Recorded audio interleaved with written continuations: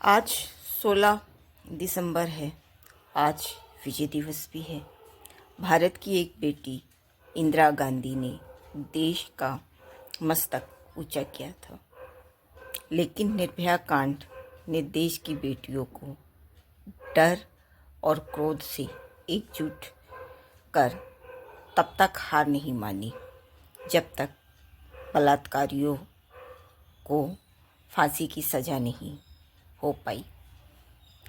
यही है वह ताकत और हिम्मत जो देश की आधी आबादी को कभी हारने नहीं देती। मैं हमेशा जात धर्म विचारधारा से ऊपर उठकर देश की आधी आबादी के लिए लगातार आवाज़ उठाती रही हूँ। फिर चाहे 14 मार्च 2021 में पश्चिम बंगाल की ममता बनर्जी को नैतिक समर्थन देने की बात हो, जिसकी वजह से कम्युनिस्ट तक ने ममता बनर्जी को समर्थन दिया और राज्य में भाजपा के विरुद्ध ममता बनर्जी ने जीत भी दर्ज की। आतिशी पत्र पर किया जाने वाला राजनीतिक हमला हो, सोनिया गांधी पर जब तक किया जाने वाला जात धर्म विदेशी मूल का हमला और इनके बेटे राहुल गांधी की जात तक पर उपहास हो, स्वाति मालीवाल मामले में दूध का दूध पानी का पानी करने की मेरी मांग हो, यानी कि समस्त नारी जाति पर जहाँ कहीं भी न्याय संगत बात हो, या फिर नारी द्वारा पुरुष शोषण ही क्यों ना हो, जैसा कि अभी अतुल सुभाष की आत्महत्या का मामला है, हर जगह आवाज़ उठाती रही हूँ।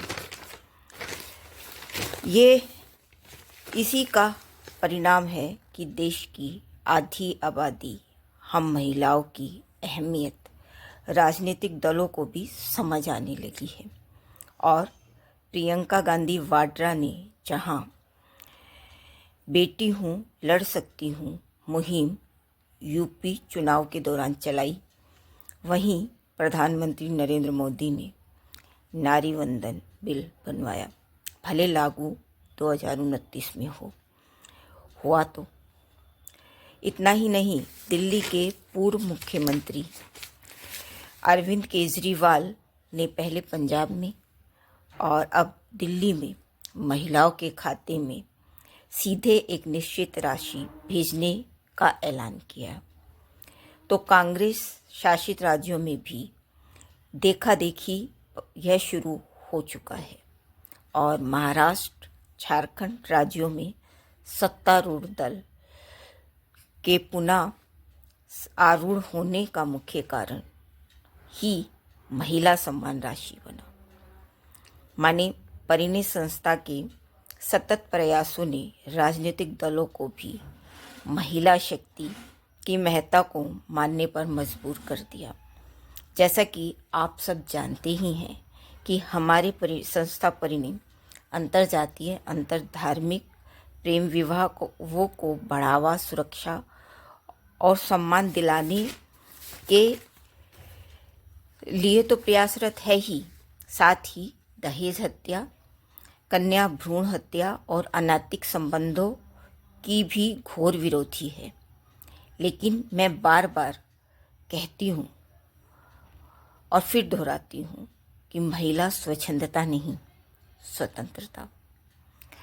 उम्मीद है कि देश की आधी आबादी महिला शक्ति की महत्ता समझने के साथ ही राजनीतिक दल जात धर्म की राजनीति से ऊपर उठकर परिणय संस्था की अंतरजातीय अंतर धार्मिक प्रेम विवाह करने वालों को आरक्षण देने की मांग भी जल्द ही मानेंगे, ताकि सामाजिक समरसता कायम हो सके, बाबा साहब का सपना भी साकार हो और संविधान की आत्मा हमेशा अक्षुण्ण रहे, जो कि जात, धर्म, लिंग, विचारधारा से ऊपर उठकर सभी भारतीय नागरिकों को समान अधिकार प्रदान करता है।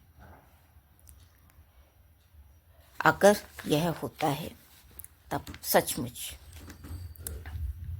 देश की आधी आबादी हम महिलाओं के लिए बहुत महत्वपूर्ण दिन होगा, महत्वपूर्ण पल होगा, क्योंकि हम महिलाएं परिवार की धुरी जो होती हैं, और परिवार राष्ट्र की सबसे छोटी इकाई और विश्व समग्र परिवार। तब कोशिश जारी है और निश्चित ही हम सफल भी होंगे। सशक्त महिला, सशक्त भारत। और मैं सुनीता राजेश्वर, अध्यक्ष परिणी। जय हिंद, जय भारत।